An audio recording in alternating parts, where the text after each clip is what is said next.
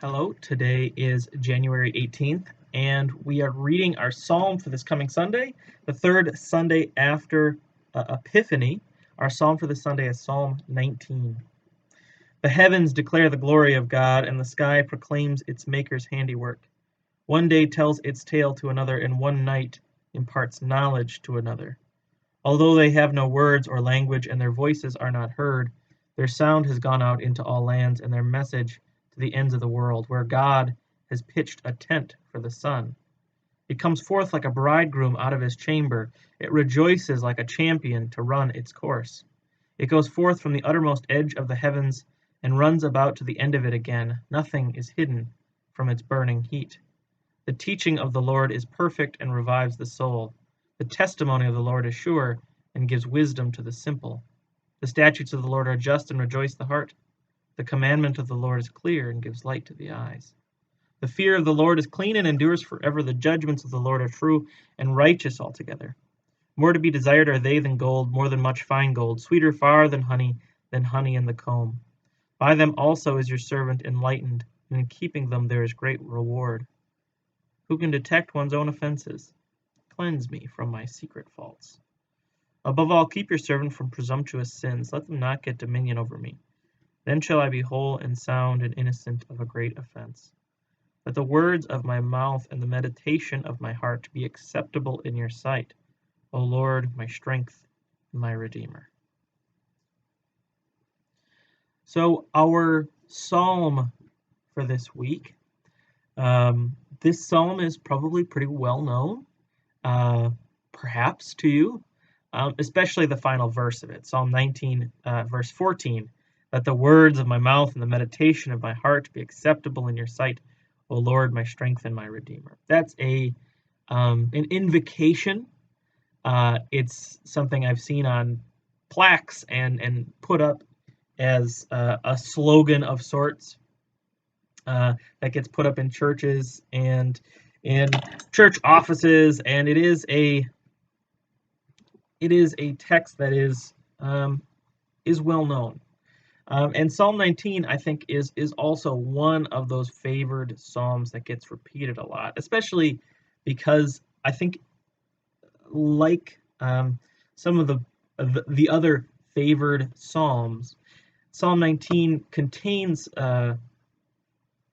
both beautiful imagery and a genuine. It is a prayer. Like other psalms as well, Psalm 19, I just want us to look at where does the focus go from verse to verse.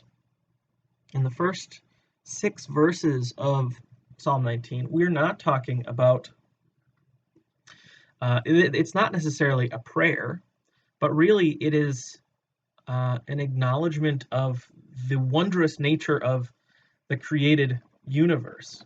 The heavens declare the glory of God, and the sky proclaims its Maker's handiwork.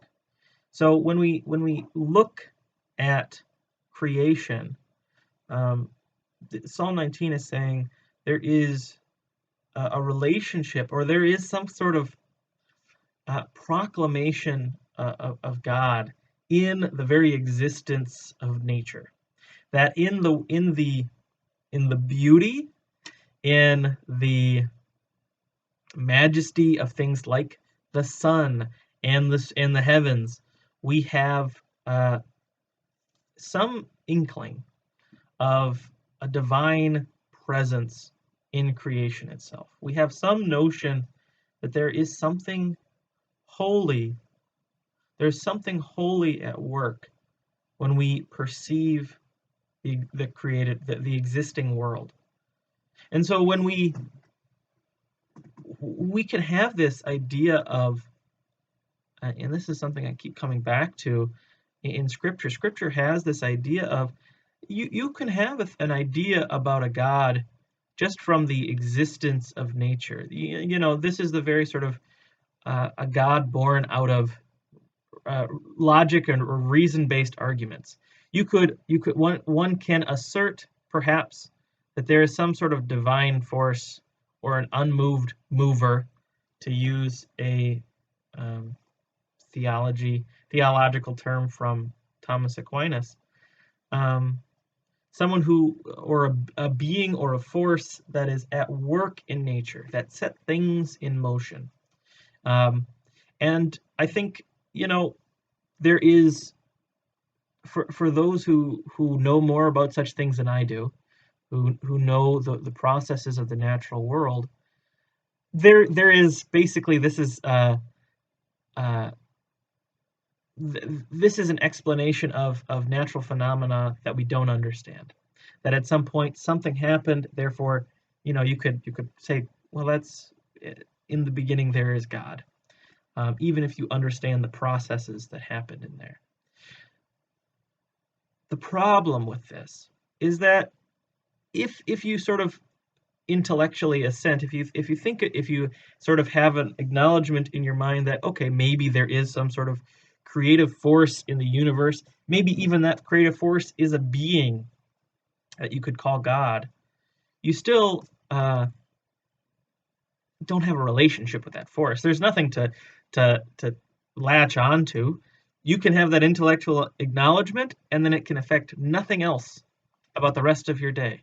It has no relationship to daily lived life, because ultimately, if there is some sort of higher force at work, that higher force did its work and is not personal, is not present. It can just fade into the background. Even if its works are wondrous, it can fade into the background.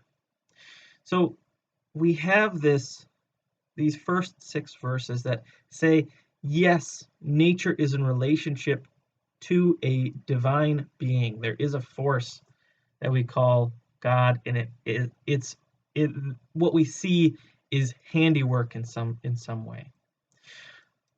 But then you get to the other half of this psalm, and this is the punchline. This is why it matters. Because that divine force, that being, what God, is not just revealed through nature.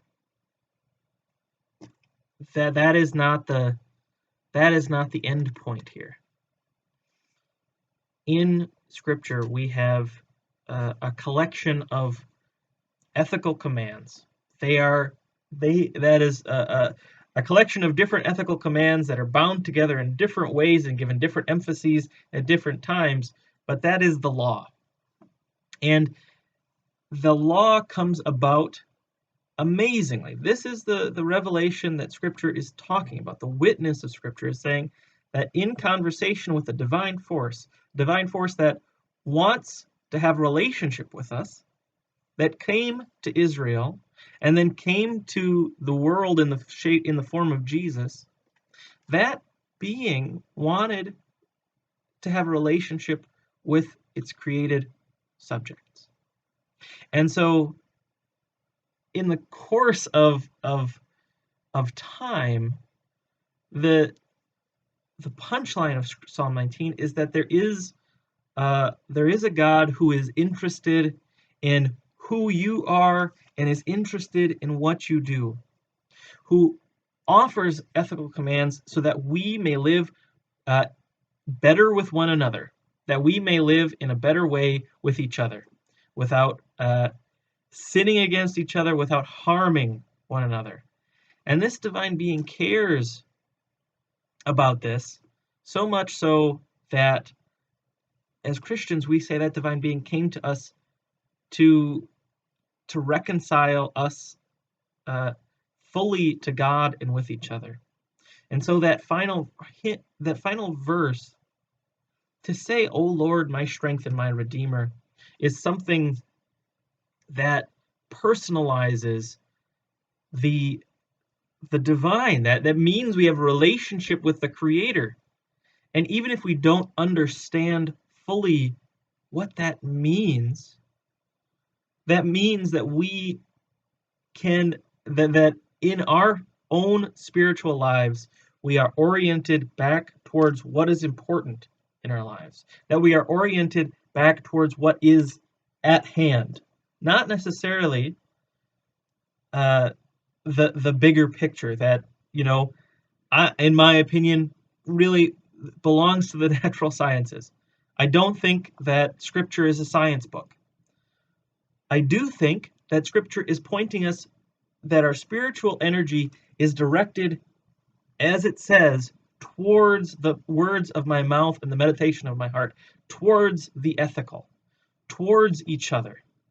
Keep us from presumptuous sins, and keep us in the law, a law which is concerned about a reconciliation with our neighbor and our love for God. That is Psalm 19. I hope you're having a good week. Stay warm, stay safe. Bye-bye.